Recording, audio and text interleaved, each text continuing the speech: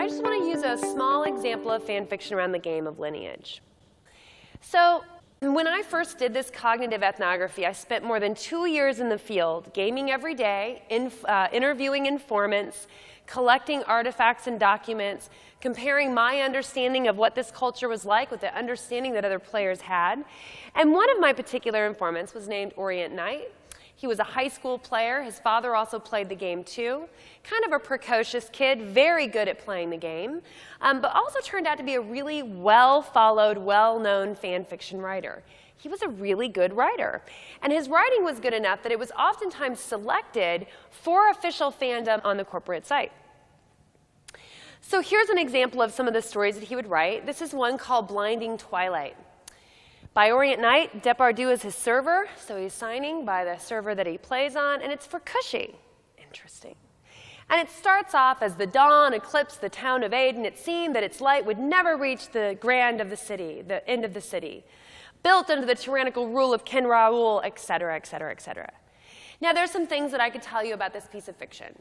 I could tell you about its genre conventions, its reading and writing level. It's slightly above his grade level when he writes it. But that's not actually what's most interesting about this particular piece of fan fiction. It's the for Cushy part that I find most interesting. During my cognitive ethnography work, I functioned as a guild leader for a fairly large guild on Lineage. And as part of that, we had a guild site like every other guild site does. We had a section of fan fiction. But what would happen is that because Orient Knight was a popular sort of writer, and he was oftentimes selected for official placement on the game company site, oftentimes before it would actually get released, he would circulate the story to some of the top guilds or clans, social sort of groups in the game. He'd circulate that fiction as a way that you could hang it up first, and doing that made your guild seem as though you're part of the cool club, right? Like kind of the insiders of the game. So it was quite popular sort of practice to do. Writer, before he actually gets the story released on the official site, shares the story with some of the bigger guilds as a way to sort of like let a pre-release go. Here's the email that this author, this high school kid, writes me, at that point a guild leader, running a guild around 200-300 people. And here's what he writes to me. So he writes, Princess Adelaide, my character's name in the game of Lineage. Man, you guys have come so far. You know, I'm so glad you guys never quit. Anyways, good luck on your journey through Lineage, and I'm glad you never quit. I included a new story if you would like to read or post it up. It's awesome, little raised eyebrows, even though I used it just to hit on this girl. Fascinating, isn't it? So you have a young writer in high school, precocious kid, smart at the game, plays with his dad, does fairly well. But he's writing fan fiction as a way to hit on a girl. Now, I don't know about the high school you went to, but you know, the high school I went to, boys did not necessarily write fan fiction stories, did not write as a way to impress girls. The thing about Lineage and other kinds of game environments, that's exactly the kind of stuff that happens. What's interesting here is that you're talking about a culture that is diverse inside of it in terms of age, but for young people is actually a space in where something like being good at writing, it's not just that the kids are writing, it's that in fact kids are writing and they're getting social status for it. It's the cool thing to do. So if you're sort of analyzing these texts, which was part of the original ethnography, it turns out that yes, this writing in fact meets many of our national sort of literacy standards, our national technology standards, and you know, in many ways not only meet those national standards for reading, writing, technology use, but in some cases actually quite often exceed those standards.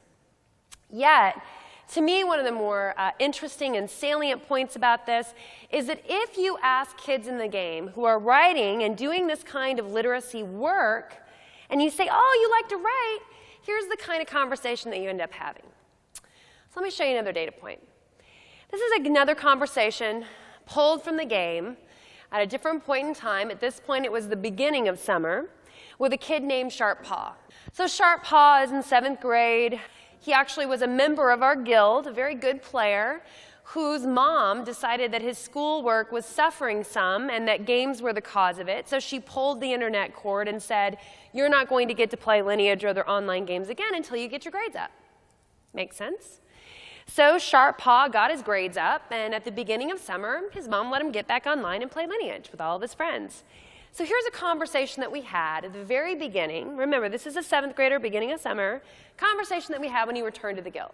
Says, oh yeah, to celebrate me coming back to the pledge and being ranked, I've decided to write another story for the website.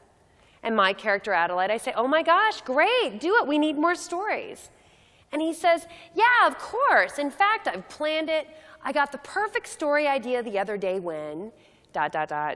I've spared you the long discussion that he has then about how he had the idea for this story based on something on his wall that intersected with something else that he saw, and the long story about sort of the origin's tale of why he's writing this particular story.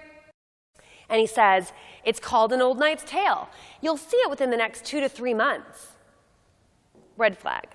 Beginning of summer, 7th grader, and he's going to write on this story for the next 2 to 3 months?